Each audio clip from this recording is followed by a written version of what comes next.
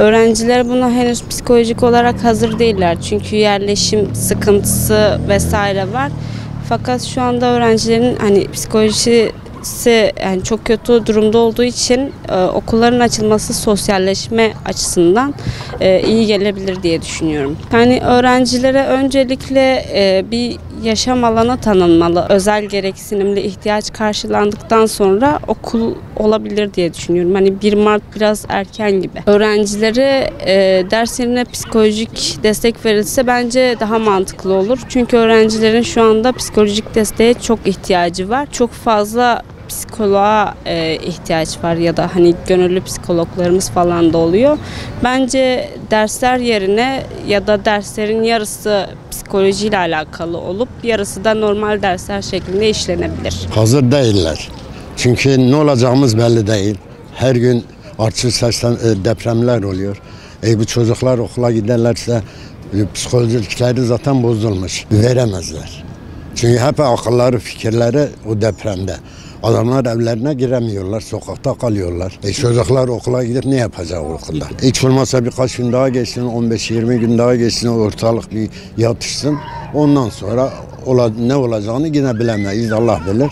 Yani en azından 15-20 gün daha kapalı kalsa benim bildiğim daha iyi olur. Şimdi öğrenci olarak psikolojikmen genel olarak herkes gibi hazır değilim ben de. Çünkü insanların burada evleri yıkılmış, kimlerin evleri yok. Evleri olmayanlar okullara nasıl gidecek? Doğal olarak ben de hazır değilim. Çünkü psikolojim bayağı bu depremden etkilendi. Hala da depremler olmaya devam ediyor. O yüzden ben de hazır değilim her öğrenci olarak. Depremi düşünürüm ben. Sıraya oturduğumda kendimi rahat hissetmem. Şu an evde bile rahat uyuyamıyoruz yani. Oturduğumda sıraya defteri açtığımda her an deprem olacak korkusuyla ben hareket edeceğim. İlk başta bence deprem tatbikatları falan dersleri arttırılmalı. Sonradan uzmanlar psikolojik rehberlik derslerine önem vermeli. İlk başta çünkü matematik Türkçe olması bence saçma bir şey. İlk başta bize deprem tatbikatlarını öğretecekler. Bu izolatörleri falan öğretecekler ki bize yarın öbür gün gençler olarak bu şehri falan kurtaralım diye izolatörleri öğretecekler. Okulda yok sıraya çök kapan tutun diyorlar. Nasıl çıkacağımızı falan öğretmiyorlar bize. Ya şu an bence insanlar tedirgin ve psikolojileri zannetmiyorum ki yerinde. Tam olarak insanlar korku içerisinde. Bence hazırlıklı değiller ya diye düşünüyorum. Çünkü zor zamanda geçiriyoruz. Belli değil yani. Sallanıyoruz biz ya bence hazır değiller.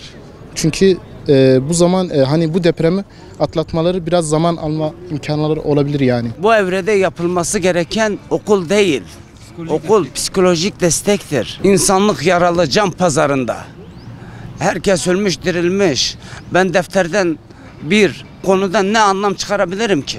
Psikolojikmen sadece genelleme olarak, kişisel değil de genellemel olarak. Senin evin barkın yıkılmış. Annen baban ölmüş.